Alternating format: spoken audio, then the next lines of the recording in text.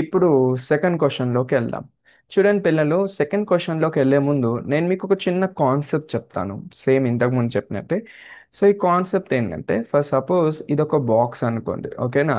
ఈ బాక్స్లో మీకు ఒకటి, రెండు, మూడు, నాలుగు, ఐదు ఇలా ఇలాంటి బెలూన్స్ ఉన్నాయి. ఇవన్నీ బెలూన్స్.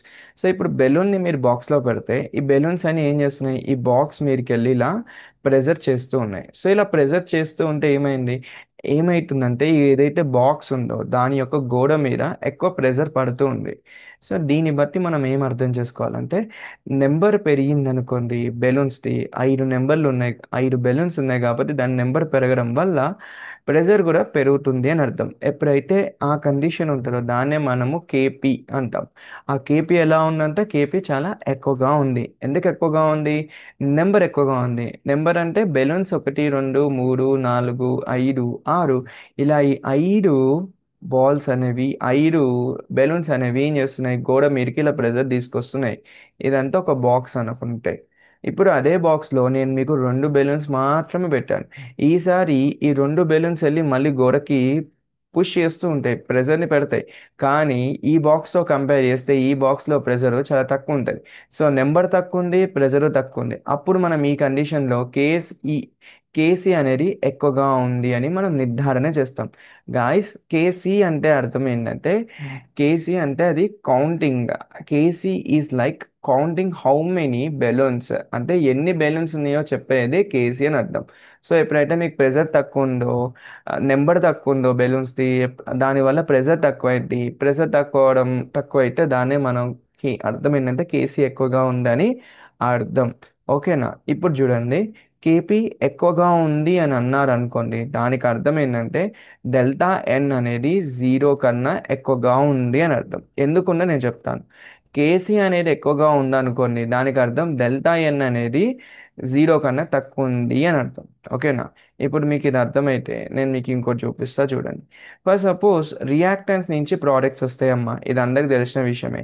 ఇప్పుడు డెల్టా ఎన్ అంటే ఏంటంటే, ఎన్ని ప్రోడక్ట్స్ ఉన్నాయో దాన్ని రియాక్టెన్స్తో మైనస్ చేస్తే మనకు ఒక ఎక్స్ వాల్యూ అనేది వస్తుంది. ఎప్పుడైతే ఈ ఎక్స్ వాల్యూ వస్తారో, ఆ ఎక్స్ వాల్యూ అనేది 0 కన్నా ఎక్కువగా ఉందనుకోండి. యాక్చువల్లీ ఎక్స్ అంటే ఏందమ్మా, ఈ delta N. So delta N equals to X అనుకుంటే, ఈ ఎక్స్ అనేది ఏదైతే ఉందో అది 0 కన్నా ఎక్కువగా ఉందనుకోండి, దానికి అర్థం KP is greater than KC అంటాం. ఇన్ కేస్ మనకు వచ్చిన ఎక్స్ వాల్యూ 0 కన్నా తక్కువ ఉందనుకోండి, లెస్ దెన్ ద 0, దెన్ అప్పుడు మన KC is greater than KP అంటాం. ఒకవేళ మనకి ఏదైతే డెల్టా ఎన్ ఉందో, అది మనకి డెల్టా ఎన్ ఉందో మనకు ఒక ఎక్స్ వాల్యూ వస్తారో, ఆ ఎక్స్ వాల్యూ 0కి ఈక్వల్ అయింది అనుకోండి, అప్పుడు మనం KC is equals to KP అంటాం. మీకు అర్థమైందా? సో ఇవి గాయస్ ఇక్కడ పాయింట్. సో ఇది మీకు అర్థమైతే నేను మీకు ఈ ఆన్సర్ని ఎక్స్ప్లెయిన్ చేస్తా. బేసిక్గా డెల్టా ఎన్ అంటే ఏం లేదమ్మా, రియాక్టెన్స్ నుంచి ప్రోడక్ట్స్ ఫామ్ అవుతాయి. సో మనం ఏం చేస్తామంటే ప్రోడక్ట్స్ మైనస్ రియాక్టెంట్ చేస్తాం. ఈ రెండింటిని మైనస్ చేస్తే మనకు వాల్యూ వస్తుంది. ఆ వాల్యూ 0 కన్నా ఎక్కువగా ఉందా, తక్కువగా ఉందా, ఈక్వల్గా ఉందా? ఎక్కువగా ఉంటే KP is greater than KC, తక్కువగా ఉంటే KC is less than KP. ఒకవేళ ఆ వాల్యూ ఏదైతే ఉందో అది 0కి ఈక్వల్ అయింది అనుకోండి, అప్పుడు అది కేసీ ఈక్వల్స్ టు కేపీ అని రాసుకుంటాం అంతే. సో ఇది ఇది బేసిక్గా ఈ క్వశ్చన్ అర్థం చేసుకోవాల్సిన విషయం. సో ఇప్పుడు చూడండి అమ్మా, క్వశ్చన్ ఏమి ఇచ్చారు, relationship between KC and KP గురించి అడిగారు. సో దీనికి ఒక ఫార్ములా ఉంది, KP equals to KC into RT into delta N. ఇప్పుడు ఈ ఫార్ములా ఏదైతే ఉందో KP equals to KC into RT, దీని డెరివేషన్ వచ్చేసి మనకి ఐఐటి క్లాస్లో ఉంటుంది. అందుకంటే ఇప్పుడు నేను చెప్పాను అనుకోండి ఐపీకి, అది అసలు టైం సరిపోదు. ఓకేనా. సో మనం బేసిక్గా అర్థం చేసుకోవాల్సింది ఏంటంటే, KP equals to KC into RT delta N అనేది ఫార్ములా గుర్తుంచుకోండి. ఓకేనా. కేపీ అనే ఒక దాంట్లో ఈ ప్రెజర్ ఏదైతే ఉందో అది దేనికి ఈక్వల్ అవుతుందంట, అక్కడ ఎంతమంది ఉన్నారు అంతమంది వాళ్ళ యొక్క టెంపరేచర్ ఎంత, దాంతో పాటు దాంట్లో ఒక పవర్ వచ్చేసి డెల్టా ఎన్, దాన్ని ఇవన్నీ తీసుకుంటే అంత ప్రెజర్ వస్తుంది అని అర్థం ఈ ఈక్వేషన్కి. అయినా దీనికి ఇంకా డీటెయిల్గా చెప్పాలి. సో అది. సో ఇప్పుడు డెల్టా ఎన్ అంటే gas molecules in products minus the gas molecules in reactants అని తీసుకుంటాం. సో ఒకవేళ డెల్టా ఎన్ ఈక్వల్స్ టు 0, ఇది రాసుకుంటాం. ఇది అమ్మ సెకండ్ క్వశ్చన్. ఓకేనా. ఓకే. ఇప్పుడు నేను థర్డ్ క్వశ్చన్లోకి వెళ్తాను. సేమ్ ఇప్పుడు ఎలాగైతే ఇప్పుడు ఇందులో సెకండ్ క్వశ్చన్ చేసామో అలానే థర్డ్ క్వశ్చన్ని కూడా చెప్తాను చూడండి. ఫస్ట్ సపోజ్ మీరు ఒక గేమ్ ఆడుతున్నారు. ఆ గేమ్ పేరు వచ్చేసి బాల్ని ఒక పర్సన్ నుంచి ఇంకో పర్సన్కి పంపిస్తున్నారు. ఫస్ట్ సపోజ్ మీరు ఒక టీంలో గేమ్ ఆడుతున్నారు, క్రికెట్ బాల్ ఆడుతున్నారు. ఇప్పుడు ఆ బాల్ని నేను ఏమంటా అంటే ప్రోటాన్ అంట, లేదా హెచ్ ప్లస్ అంట. ప్రోటాన్ అన్న హెచ్ ప్లస్ అన్న ఒకటి. సో ఇప్పుడు ఇద్దరు ఫ్రెండ్స్ మధ్యలో జరుగుతుంది. ఒకళ్ళు అరుణ్, ఇంకొకరు ఆర్యన్. వీళ్ళిద్దరి మధ్యలో బాల్ ఆట అనేది ఆడుతున్నారు. ఒకవేళ అరుణ్ నుంచి ఆర్యన్కి బాల్ వచ్చింది అనుకోండి. అరుణ్ నుంచి ఆర్యన్కి బాల్ వస్తే ఆర్యన్కి ఒక హెచ్ అనేది యాడ్ అయిందని అర్థం. అరుణ్ దగ్గర హెచ్ ప్లస్ అనేది పోయింది అని అర్థం. ఓకేనా? ఓకే. ఇప్పుడు అది అర్థమైతే ఇప్పుడు నేను మీకు ఒక రియాక్షన్ చూపిస్తా చూడండి. H2O అనేది బేసిక్గా ఒక బాల్ హెచ్ ప్లస్ని తీసుకుంది. ఓకేనా? ఓకే పిల్లలు, ఇప్పుడు వాటర్ అనేది ఒక హెచ్ ప్లస్ అంటే ఒక బాల్ని తీసుకున్నాను అనుకోండి, అప్పుడు అది H3O+ అయితే దీన్నే మనము H3O+నే మనము కాంజుగేటెడ్ యాసిడ్ అని అంటాం. అదే ఒకవేళ HCl అనేది ఒకటి ఉందనుకోండి, ఇది తన హెచ్ ప్లస్ని వదిలేసిందే అనుకోండి, అంటే ఇచ్చేసిందే అనుకోండి. అంటే బాల్ని, ఇది ఇచ్చేస్తుంది, ఇది తీసుకుంటుంది. అంటే HCl అనేది తన హెచ్ ప్లస్ని ఎవరికి ఇస్తుంది? వాటర్కి ఇస్తుంది. వాటర్కి ఇస్తే వాటర్ ఏమవుతుంది? H3O+ అవుతుంది. అందుకే దీన్ని కాంజుగేటెడ్ యాసిడ్ అంటారు. ఎప్పుడైతే ఇది HCl హెచ్ ప్లస్ని ఇస్తారో అప్పుడు ఇది Cl- అయింది. ఆ Cl- ని మనం కాంజుగేటెడ్ బేస్ అని అంటారు. ఇది గాయస్ స్టోరీ. అయితే నేను మీకు ఇంకోటి చెప్తా చూడండి. కాంజుగేటెడ్ యాసిడ్ అనే వర్డ్ ఎప్పుడైనా వస్తే దానికి అర్థం దాంట్లో ఒక హెచ్ ప్లస్ ఎక్కువగా ఉంది అని అర్థం. ఎలా చెప్తున్నాము ఇక్కడ చూడండి అమ్మా. మీకు H2O ఉందా, దానికి ఒక హెచ్ ప్లస్ యాడ్ చేస్తే ఏమవుతుంది? H3O+ అవుతుంది. దీన్నే మనం కాంజుగేటెడ్ యాసిడ్ అంటున్నాం. సో బేసిక్గా కాంజుగేటెడ్ యాసిడ్ ఎలా వస్తుంది? ఒక హెచ్ ప్లస్ అనేది H2Oకి యాడ్ అయినప్పుడు వచ్చింది. అంటే ఎక్స్ట్రాగా ఒక హెచ్ ప్లస్ అనేది ఉన్నప్పుడే అది కాంజుగేటెడ్ యాసిడ్. అదే మనం బేస్ అంటే ఏమన్నాం? ఒక హెచ్ ప్లస్ని వదిలేసుకుంటుంది. ఇప్పుడు చూడండి అమ్మా, HClలో Cl వచ్చింది కానీ హెచ్ వెళ్ళిపోయింది. అందుకే దీన్ని మనము కాంజుగేటెడ్ బేస్ అని అంటాం. అర్థమైందా? అయితే ఓకే. ఇప్పుడు చూడండి అమ్మా, క్వశ్చన్లోకి వెళ్దాం. What is the conjugated acid base పేర్ అని అడిగారు. అంటే కాంజుగేటెడ్ యాసిడ్ బేస్ పేర్కి అర్థం ఏంటి అని అడిగారు. So as the acid base pair which are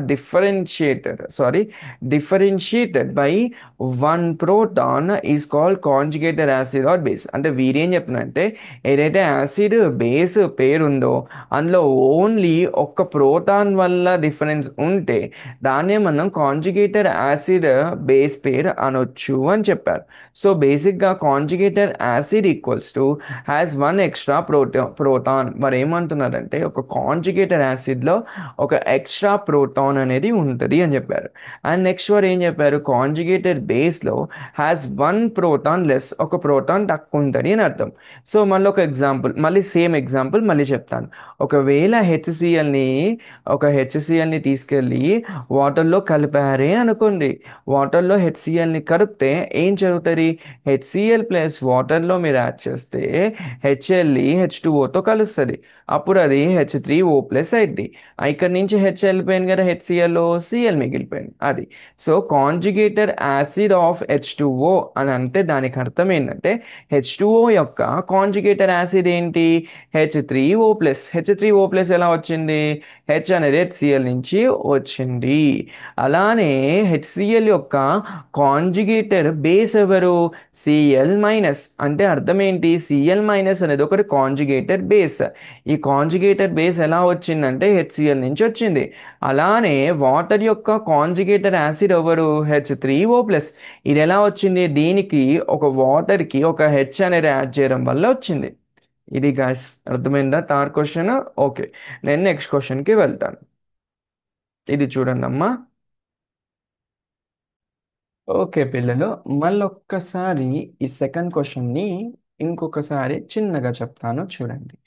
so మీ దగ్గర ఇద్దరు ఫ్రెండ్స్ ఉన్నారమ్మా. ఒకరు ఆర్యన్, ఇంకొకరు అరుణ్ అనే వాళ్ళు ఉన్నారు. అరుణ్ దగ్గర ఒక బాల్ ఉంది, ఓకేనా. ఈ బాల్ని ఆర్యన్కి ఇచ్చేశారు. సో ఇప్పుడు అరుణ్ దగ్గర ఆ బాల్ అనేది లేదు. సో అరుణ్ దగ్గర బాల్ లేదు కాబట్టి ఇప్పుడు మనం అరుణ్ని ఏమంటామో చెప్తా వినండి. ఈ బాల్ ఏదైతే ఉందో దాన్ని నేను ప్రోటాన్ అంటాను. So proton equals to ball అని అర్థం. సో అరుణ్ దగ్గర బాల్ లేదు కాబట్టి అరుణ్ ఇప్పుడు ఏమయ్యారు? అరుణ్ ఇప్పుడు ఏమయ్యారంటే కాంజుగేటర్ బేస్ అయ్యారు. దాన్నే మనము సిబి అనొచ్చు. అంటే అరుణ్ దగ్గర బాల్ వెళ్ళిపోయింది. సో అందుకే అరుణ్ని కాంజుగేటర్ బేస్ అని అన్నారు. అయితే ఆర్యన్ ఆ బాల్ని తీసుకున్నారు కాబట్టి ఆర్యన్ని మనము కాంజుగేటర్ యాసిడ్ అంటాం. సో దీన్ని మనము సిఏ అంటాం. అర్థమైందా? ఓకే. ఇప్పుడు నేను థర్డ్ క్వశ్చన్కి వెళ్తాను. చూడండి అమ్మా. సో ఇప్పుడు థర్డ్ క్వశ్చన్లో ఏం జరుగుతుందో చూడండి. ఫస్ట్ క్వశ్చన్ ఎక్కడ ఉంది? సారీ, థర్డ్ క్వశ్చన్ అయిన తారేంటి, ఇది థర్డ్. ఈ ఓకే, కరెక్టే అండి. ఇప్పుడు ఫోర్త్ క్వశ్చన్కి వెళ్ళాను, చూడండి. ఓకే పిల్లలు, ఇప్పుడు మనం ఫోర్త్ క్వశ్చన్కి వచ్చాం. వెల్, ఈ ఫోర్త్ క్వశ్చన్లో మీరు చూడండి. ఫస్ట్ మీరు ఏం చెప్తున్నారు? అయానిక్ ప్రోడక్ట్ ఆఫ్ వాటర్ గురించి, అసలు అయానిక్ ప్రోడక్ట్ ఆఫ్ వాటర్ అంటే ఏంటో అని అడిగారు. సో ఇప్పుడు ఈ క్వశ్చన్లో మీరు చూస్తే ఇక్కడ ఒక బీకర్ ఉంది, దీంట్లో వాటర్ ఉంది. బేసిక్గా మీరు వాటర్ని బయట నుంచి చూసారనుకోండి, అంటే అవుట్ సైడ్ నుంచి అది చాలా కామ్గా ఉంటుంది, అంటే నార్మల్గా అనిపిస్తుంది. అదే దాన్ని మీరు లోపలికి వెళ్ళి చూసారనుకోండి, వాటర్ లోపల, అప్పుడు ఏం జరుగుతుందంటే మీకు వాటర్ అనేది H2O తో ఫామ్ అవుతుంది. సో H2O అనేది మామూలుగా ఏం చేస్తుంది అంటే H+OH- లాగా డివైడ్ అవుతూ ఉంటుంది. సో బయటికి కనిపించే వాటర్ లోపల ఎప్పుడైనా H+and OH- లాగా డివైడ్ అవుతూ ఉంటుంది. అన్ని H2Oలు అయితే అంటే కావు, కొన్ని అయితే ఉంటాయి, కొన్ని అవ్వవు. బట్ కొన్ని H2Oలు అనేవి H+and OH- లాగా స్ప్లిట్ అవుతూ ఉంటాయి, అంటే డివైడ్ అవుతూ అంటారు, విడిపోతూ ఉంటాయి. అది మీకు అర్థమైందా? ఓకే. అయితే ఇప్పుడు నేను ఏం చెప్తున్నా అంటే, ఏదైతే ఈ వాటర్ ఉందో ఈ వాటర్లో ఉన్న H+లు OH- ని ఇంటూ చేస్తే, మల్టిప్లికేషన్ చేస్తే మనకు ఒక వాల్యూ వస్తుంది. ఆ వాల్యూని మనము అయానిక్ ప్రోడక్ట్ ఆఫ్ వాటర్ అంటాం. ఆ వాల్యూ ఎంత వస్తుంది అంటే 1.0 ఇంటూ 10⁻⁻14 వస్తుంది. సో ఇది బేసిక్గా ఈ వాల్యూ ఏం చెప్తుందంటే, ఎక్కడైతే మీ వాటర్ ఉంటారో ఆ వాటర్లో H+and OH- విడిపోతాయో ఆ వాటిని మీరు మల్టిప్లై చేస్తే ప్రతిసారి మీకు ఒక వాల్యూ వస్తుంది. ఆ వాల్యూనే మీరు అయానిక్ ప్రోడక్ట్ ఆఫ్ వాటర్ అంటారు. అర్థమైందా? సో ఇది ఖచ్చితంగా ప్రతిసారి అదే వస్తుంది. ఓకేనా? ఇది ఎప్పుడు వస్తుంది? టెంపరేచర్ వచ్చేసి 25 డిగ్రీ సెల్సియస్లో ఉన్నప్పుడు మాత్రమే వస్తుంది. లేదా 298K అని కూడా అనొచ్చు, ఇలా. ఓకేనా? సో ఇప్పుడు ఒకసారి క్వశ్చన్ చూద్దాం రండి. So what is mean by ionic product of water given its value at 25 degree Celsius అన్నారు. So the product of the concentration of hydrogen ions and the hydroxide ions at any temperature in a pure water or aqueous solution is called ionic product of water. వీరు ఏం చెప్తున్నారంటే H+, యొక్క కాన్సన్ట్రేషన్ని hydroxy hydroxide ions యొక్క కాన్సన్ట్రేషన్ని multiply చేసిన తర్వాత మనకు వచ్చిన product ఏదైతే ఉంటుందో దాన్నే మనము అయానిక్ ప్రోడక్ట్ ఆఫ్ వాటర్ అంటాం. అయితే ఈ అయానిక్ ప్రోడక్ట్ ఆఫ్ వాటర్ అనేది బేసిక్గా 25 డిగ్రీ సెల్సియస్ లేదా 298K టెంపరేచర్ దగ్గర వర్క్ అయింది. అండ్ ఇక్కడ తీసుకునే వాటర్ అంటే మనము H+ని OHని అనేది వచ్చింది కదా, అది వచ్చేది ఎక్కడి నుంచి వస్తుంది అంటే ప్యూర్ వాటర్లో వస్తుంది, లేదా ఆక్వస్ సొల్యూషన్లో వస్తుంది అన్నట్టు. ఇది ఏదైతే ఇక్కడ వాటర్ ఉందో అది ప్యూర్ వాటర్ అయినా అయి ఉండాలి, లేదా ఆక్వస్ సొల్యూషన్ అయినా అయి ఉండాలి అని చెప్పారు.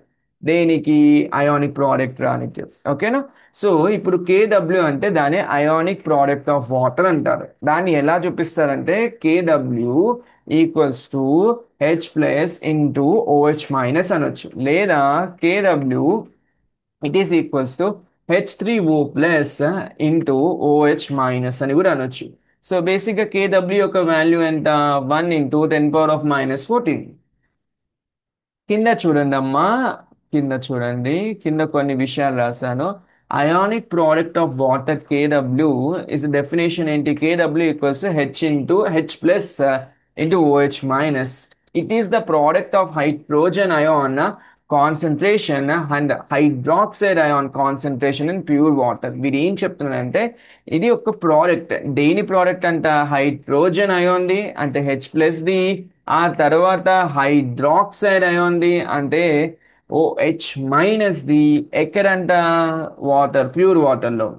ఆ టైంలో అలాంటి ప్రోడక్ట్లో మనకి ఎంత వాల్యూ వస్తుంది? 1 × 10⁻⁻14 వస్తుంది. Temperature 25 degrees Celsius. ఓకేనా? ఇప్- ఇప్పుడు అర్థమైందా? ఓకే, ఇక్కడ ఒక పాయింట్ రాశానండి. వాటర్ మాలిక్యూల్ స్ప్లిట్టింగ్ అని రాశాను. అంటే ఏం లేదు, ఎన్ని నెంబర్ ఆఫ్ వాటర్ మాలిక్యూల్స్ అంటే ఇప్పుడు ఈ వాటర్లో మనకి 1000 వాటర్ మాలిక్యూల్స్ ఉన్నాయి అనుకుందాం. ప్రతిదీ స్ప్లిట్ అయింది అనుకుంటే దానికి అర్థం కేడబ్ల్యూ అనేది వాటర్ ప్రతి హెచ్2ఓ యొక్క స్ప్లిట్టింగ్ గురించి మాట్లాడట్లేదండి. దీని ఏం మాట్లాడుతుందంటే హెచ్2ఓ స్ప్లిట్ అయ్యాక హెచ్ ప్లస్ ఓహెచ్ మైనస్ని ఈ రెండింటిని మల్టిప్లై చేస్తే ఏదైతే వాల్యూ వస్తుందో అది కేడబ్ల్యూకి సంబంధించింది, హెచ్2ఓకి స్ప్లిట్టింగ్ గురించి కాదు అని రాశాను. ఓకేనా? ఓకే అమ్మా. నేను నెక్స్ట్ క్వశ్చన్కి వెళ్దాము, చూడండి. ఇప్పుడు మనం ఫిఫ్త్ క్వశ్చన్లోకి వద్దాం. So fifth question salt hydrolysis అనే వర్డ్ నుంచి స్టార్ట్ అవుతుంది. సో బేసిక్గా సాల్ట్ హైడ్రోలైసిస్ అంటే ఏంటంటే సాల్ట్ని మీరు వాటర్లో వేస్తే, వాటర్లో కలిపితే ఏం జరగబోతుంది అనే దాన్ని చెప్పేదాన్నే సాల్ట్ హైడ్రోలైసిస్ అంట. ఫర్ సపోజ్ నా దగ్గర ఒక సాల్ట్ ఉందమ్మా, ఒక ఉప్పు ఉంది. ఓకేనా? ఆ సాల్ట్ వచ్చేసి NH4Cl. ఇప్పుడు ఈ NH4Cl అనేది ఎలా డివైడ్ అవుతుంది అంటే NH4 ప్లస్ Cl మైనస్ లాగా డివైడ్ అవుతుంది. ఇప్పుడు దీన్ని నేను ఏం చేస్తున్నా అంటే మీరు వాటర్లో యాడ్ చేస్తున్నామ్మా. ఎప్పుడైతే నేను దీన్ని మొత్తం వాటర్లో యాడ్ చేస్తే నాకేమొస్తుంది అంటే NH4 OH plus H plus వస్తుంది. అంటే NH4OH ప్లస్ హెచ్ ప్లస్ వస్తుంది. అంటే ఇక్కడ ఏం జరుగుతుందో చూడండమ్మా, హెచ్ ప్లస్ అనేది బయటికి వస్తుంది. ఎప్పుడైతే హెచ్ ప్లస్ అనేది బయటికి వస్తుందో ఆ సొల్యూషన్ ఎలా ఉంటుంది? అప్పుడు యాసిడ్ ఫామ్లో ఉంటుంది. మీకు అర్థమైందా? ఇదే ఇక్కడ రాశాను. NH4Cl అనేది NH4 ప్లస్ Cl మైనస్ లా వస్తుంది. ఎప్పుడైతే ఈ NH4 ప్లస్ ఉందో దీన్ని నేను వాటర్తో కలిపాను. అప్పుడు మనకి NH4OH ప్లస్ హెచ్ ప్లస్ అనేది వస్తుంది. ఈ హెచ్ ప్లస్ వస్తుంది కాబట్టి ఆ వాటర్లో ఎలా ఉంటుంది? ఆ వాటర్ ఇప్పుడు యాసిడిక్ ఫామ్లో ఉంటుంది. అది. ఇప్పుడు నేను సెకండ్ థింగ్ చెప్తాను, చూడండి. ఇన్ కేస్ నా దగ్గర ఇంకొక సాల్ట్ ఉంది. ఆ సాల్ట్ పేరు వచ్చేసి ఆ సాల్ట్ CH3COONA లా ఉంది. ఇది ఎలా డివైడ్ అవుతుంది? CH3COO minus plus Na plus లా ఉంది. ఈ CH3COO మైనస్ అనేది ఎప్పుడైతే వాటర్తో కలుస్తాయో ఈ రెండు, అప్పుడు మీకు ఏమొస్తుంది అంటే గుర్తుపెట్టుకోండి, CH3COOH ప్లస్ OH మైనస్.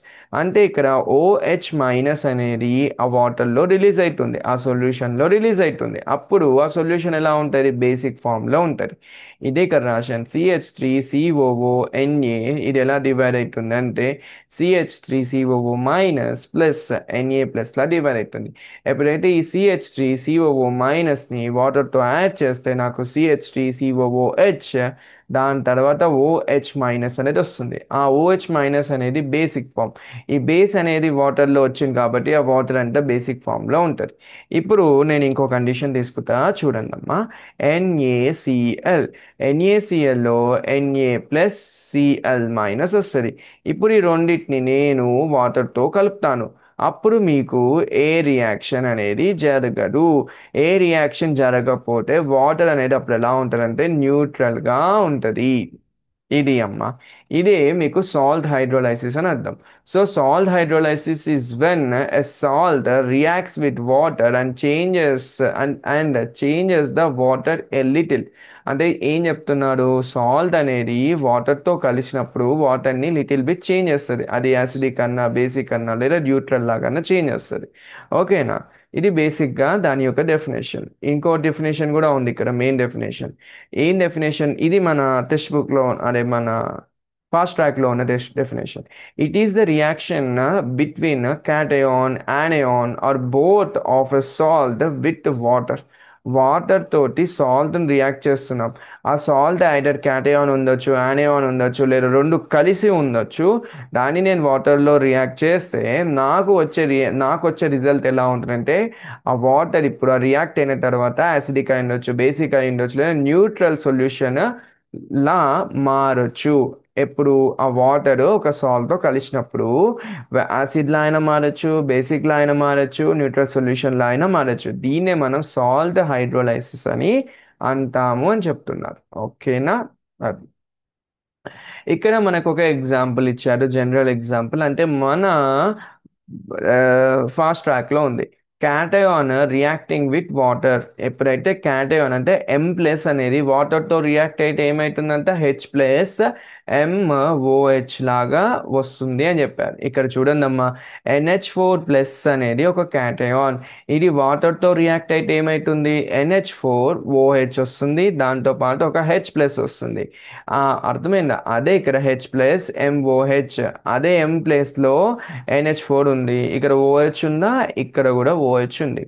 అలానే యానియోన్ అనేది వాటర్తో రియాక్ట్ అయితే అంటే ఏ మైనస్ అంటే ఇదమ్మా CH3COO- వాటర్తో రియాక్ట్ అయింది, ఇగో ఇదే ఆ వాటర్. దానివల్ల ఏమొచ్చింది, OH-, ఇక్కడ OH- వచ్చిందా, అలా ఇక్కడ పైన ఉంది కదా ఇది. దాంతోపాటు HA, ఇదంతా హెచ్, దీని తర్వాత సారీ ఇదంతా ఏ అమ్మ, ఇదొకటి హెచ్. అది, సో అది చెప్తున్నారు. So this can make the solution acidic అయి ఉండొచ్చు, బేసిక్ అయి ఉండొచ్చు, న్యూట్రల్ అయి ఉండొచ్చు. దాని తర్వాత ఒక ఇంపార్టెంట్ నోట్ చెప్తా చూడండి. సాల్ట్ హైడ్రోలైసిస్ అనేది ఏంటంటే, మీకు అరిహన్స్ న్యూట్రలైజేషన్ అనే ఒక ప్రాసెస్ ఉంటుంది. ఇక్కడ ఏంటంటే, ఇక్కడ ఈ న్యూట్రలైజేషన్లో ఏంటంటే, యాసిడ్ని బేస్తో కలిపితే మీకు సాల్ట్ ప్లస్ వాటర్ వస్తుంది. అర్థమైందా? మనం ఇంతకుముందు ఏం చేసాం ఈ క్వశ్చన్లో సాల్ట్ని వాటర్తో కలిపితే అది అసిడిక్ అయినా అయి ఉండొచ్చు, బేసిక్ అయినా అయి ఉండొచ్చు, లేదా న్యూట్రల్. ఈ మూడిట్లలో ఆ సొల్యూషన్ చేంజ్ అయి ఉండొచ్చు. కానీ వీరేమంటున్నారు, ఒకవేళ అసిడిక్ని బేసిక్ని కలిపితే అప్పుడు మనకి సాల్ట్ వాటర్ వస్తుంది. సాల్ట్ వాటర్ ఎప్పుడు వస్తుంది, యాసిడ్ని బేసిక్ని కలిపితే.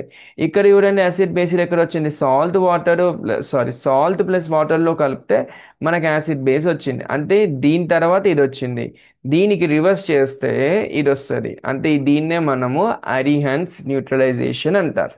సో బేసిక్గా సాల్ట్ హైడ్రోలైసిస్ దేనికి రివర్స్, అరిహన్స్ న్యూట్రలైజేషన్కి రివర్స్ అని అర్థం. ఓకేనా, రైట్.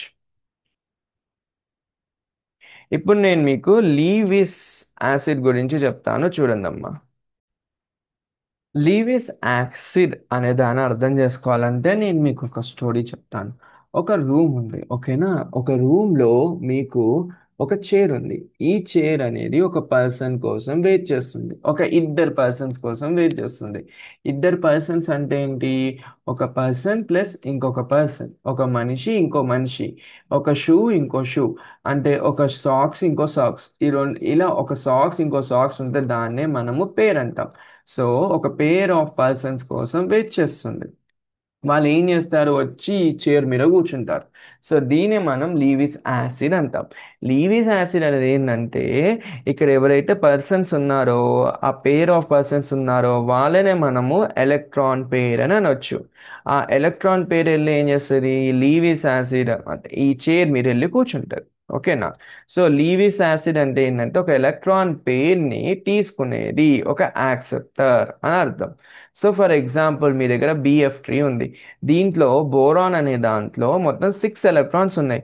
ఇప్పుడు ఈ 6 ఎలక్ట్రాన్స్కి నేను ఒక పేర్ ఆఫ్ ఎలక్ట్రాన్స్ యాడ్ చేస్తా. పేర్ అంటే ఏంటి, 2 ఎలక్ట్రాన్స్ ఉన్నాయని అర్థం. 2 ఎలక్ట్రాన్స్ యాడ్ చేస్తే ఏమవుతుంది, అది కాస్త 8 ఎలక్ట్రాన్స్ అవుతుంది. 8 ఎలక్ట్రాన్స్ అవ్వడం వల్ల ఏమవుతుంది, బోరాన్ యొక్క ఆక్టేట్ రూల్ అనేది కంప్లీట్ అవుతుంది, ఇది స్టేబుల్ అవుతుంది అని అర్థం. అది.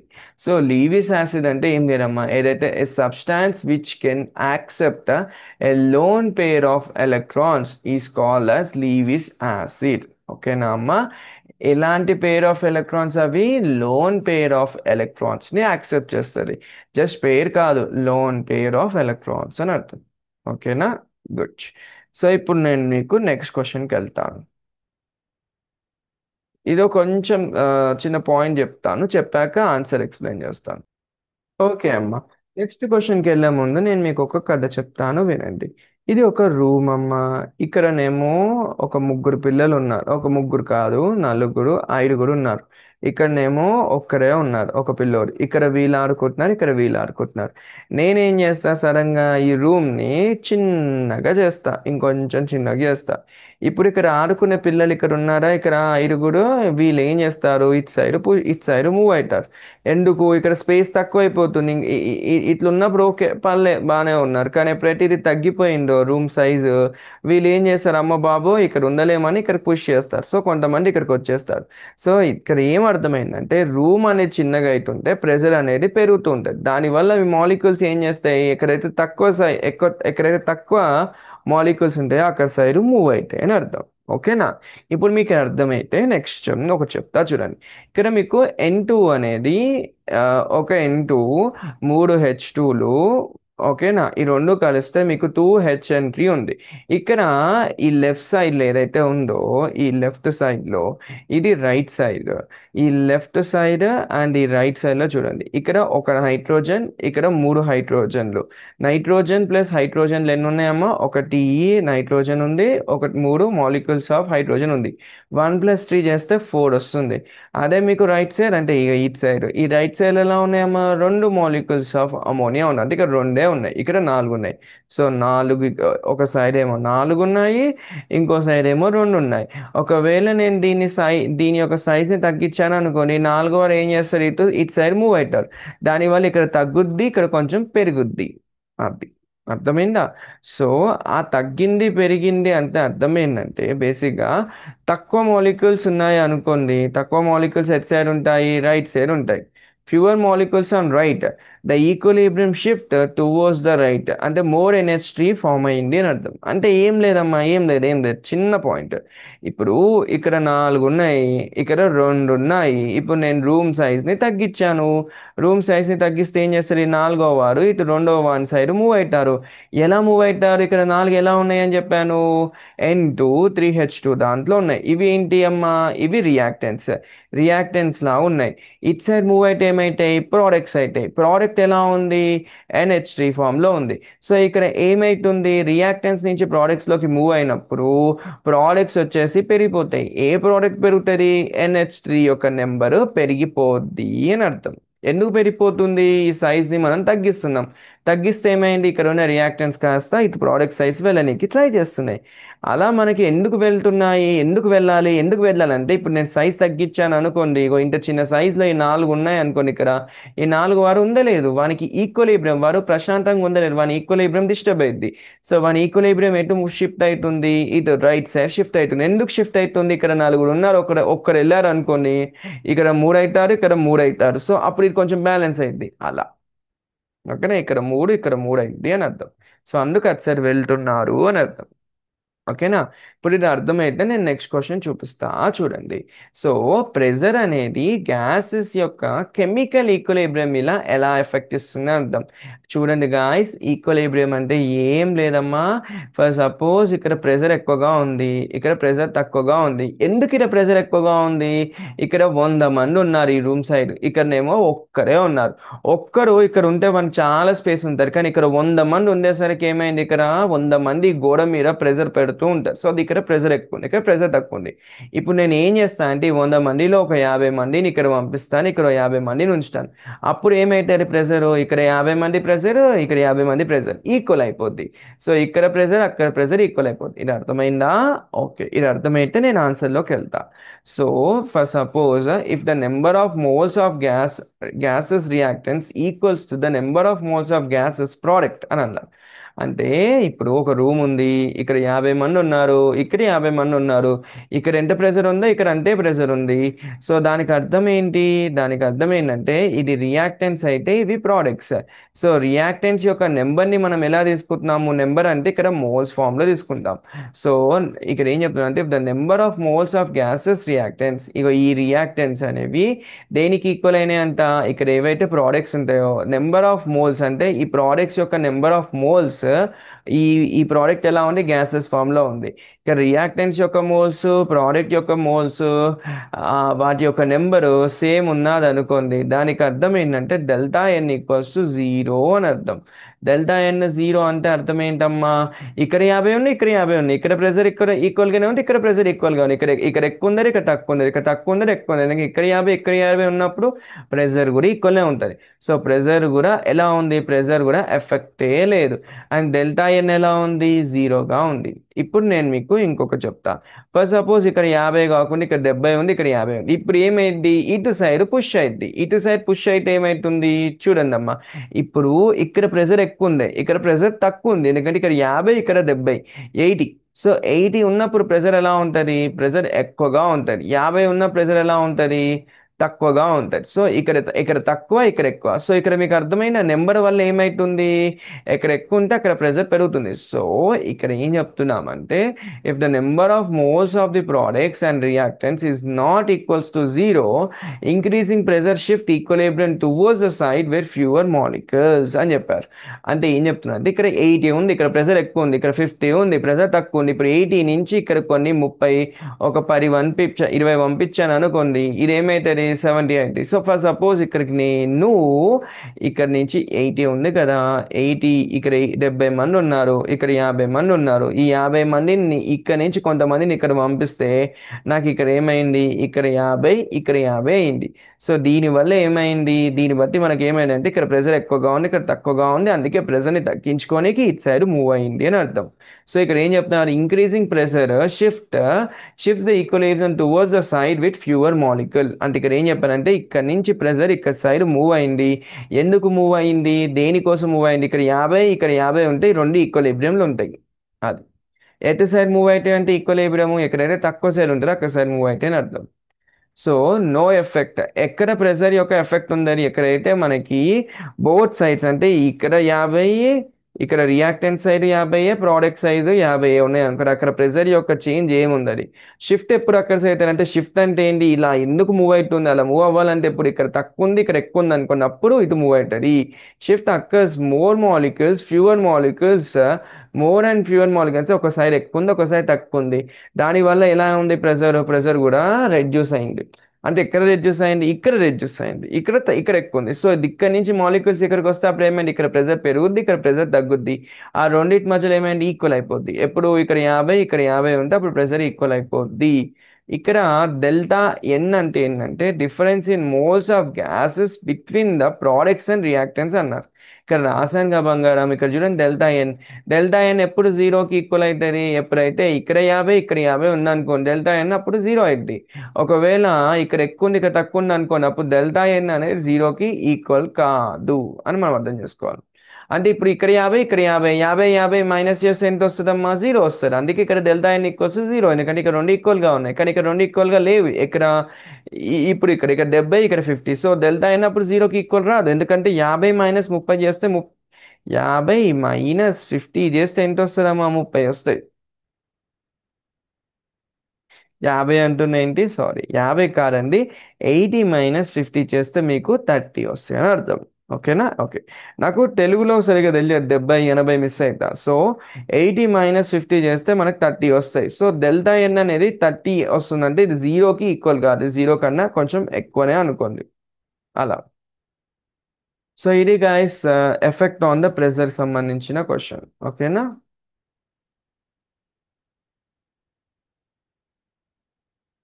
ఇప్పుడు నేను మీకు ఇంకొక ఎగ్జాంపుల్ చూపిస్తా, చూడండి అమ్మా. ఇక్కడ హైడ్రోజన్, ఇక్కడ అయోడిన్ ఉంది. ఇక్కడ ఎన్ని ఉన్నాయమ్మా? ఒక హైడ్రోజన్, ఇక్కడ అయోడిన్ ఎన్ని ఉంది? ఒకటి. ఒకటి ప్లస్ ఒకటి 2. ఇక్కడ ఎన్ని ఉన్నాయమ్మా? హెచ్ఐలు ఇక్కడ 2. సో ఇక్కడ రెండు రియాక్టెంట్స్, ఇక్కడ ఇక్కడ ప్రోడక్ట్ సైడ్స్ కూడా రెండు రెండు రియాక్టెంట్స్ రెండు ప్రోడక్ట్స్, ఇక్కడ ఈక్వల్ ప్రెజర్ ఇక్కడ ఈక్వల్ ప్రెజర్, దానివల్ల ఏమైంది ప్రెజర్ అనేది ఇటు మూవ్ ఓవర్ ఇటు మూవ్ ఓవర్, ఈక్వలిబ్రియం అని అలానే ఉంటుంది. సో దానికే డెల్టా ఎన్ ఈక్వల్స్ ఏమవుతుంది 2 - 2. ఇక్కడ టూ అంటే ఏంటమ్మా టూ అంటే ఏంటి, టూ అంటే బేసిక్గా మనకి ఫస్ట్ డయాగ్రామ్లో ఉంటుంది చూడండి అమ్మా, నెంబర్ ఆఫ్ రియాక్టెంట్స్ ప్రోడక్ట్స్ అవి నేను చూపిస్తాను డయాగ్రామ్ ఆన్సర్ చూసాకనే చెప్తాం, లేదనుకోండి మనం తప్పు చెప్తాం మళ్ళీ బిస్కెట్ అయిపోతుంది. ఎక్కడ ఉందమ్మా, ఇక్కడ ఇక్కడ మైనస్ ఇక్కడ ఉంది, చూపిస్తా, 1 సెకండ్ గైస్. ఇక్కడ ఉందమ్మా. సో డెల్టా ఎన్ అంటే ఏంటంటే gas molecules in products minus gas molecules in, ఎన్ని గ్యాస్ మాలిక్యూల్స్ ఉన్నాయో ఆ గ్యాస్ మాలిక్యూల్స్ ప్రోడక్ట్ సైడ్ ఉన్నాయో వాటిని మీ దగ్గర ఎన్ని రియాక్టెంట్స్ గ్యాస్ మాలిక్యూల్స్ ఉన్నాయో ఆ రియాక్టెంట్స్తో మైనస్ చేస్తూ వచ్చేదాన్ని డెల్టా ఎన్. అది ఈ ఆన్సర్కి రిలేటెడే, రెండు సిమిలర్గానే ఉంటాయి. ఓకేనా. సో ఇప్పుడు చూడండి అమ్మా, సో 2 - 2 ఈ రెండు ఏంటి ప్రోడక్ట్, ఈ రెండు ఏంటి రియాక్టెన్స్, 2 - 2 చేస్తే 0 వస్తుంది, దాన్ని డెల్టా ఎన్ ఈక్వల్స్ 0 అని అర్థం. సో 0 వచ్చిందంటే ఏంటి ప్రెజర్లో ఏం చేంజ్ ఉందని అని అర్థం. ఇక్కడ 50 ఉన్నాయి, ఇక్కడ 50 ఉన్నాయి, ఇక్కడ నుంచి ఇక్కడికి వెళ్ళిన ప్రాబ్లం, ఇక్కడ నుంచి ఇక్కడికి వెళ్ళిన రెండు సమానం ఉన్నప్పుడు ప్రెజర్ కూడా సమానంగా ఉందని ట్రై చేస్తారు రెండు సైడ్లో. సో ప్రెజర్ షిఫ్ట్ అవ్వాలని అనుకోరు. ఓకే అమ్మ, ఇవి మీ వెరీ షార్ట్ ఆన్సర్స్. ఇది మీకు ఫస్ట్ వీడియో కింద తీసుకుంటాను. మొత్తం మీకు 2 వీడియోస్ పెడతాను, ఒకటి వెరీ షార్ట్ ఇంకోటి లాంగ్. వెరీ షార్ట్లో ఒక టూ వెరీ షార్ట్లో ఒక ఫస్ట్ క్వశ్చన్ మాత్రం నేను సపరేట్గా ఒక వీడియో పెట్టాను, ఫస్ట్ వీడియో. సెకండ్ మిగిలిన అన్ని సెకండ్ వీడియోలో పెడతాను. సో ఇది వెరీ షార్ట్కి సంబంధించింది. సో వెరీ షార్ట్ నుంచి మీకు 2 వీడియోస్ వస్తాయి, షార్ట్ నుంచి ఒక 2 వీడియోస్ వస్తాయి, బస్ ఇలా మీకు చాప్టర్ని కంప్లీట్ చేస్తాను. ఓకేనా, bye, tata, bye bye, goodbye. Okay guys.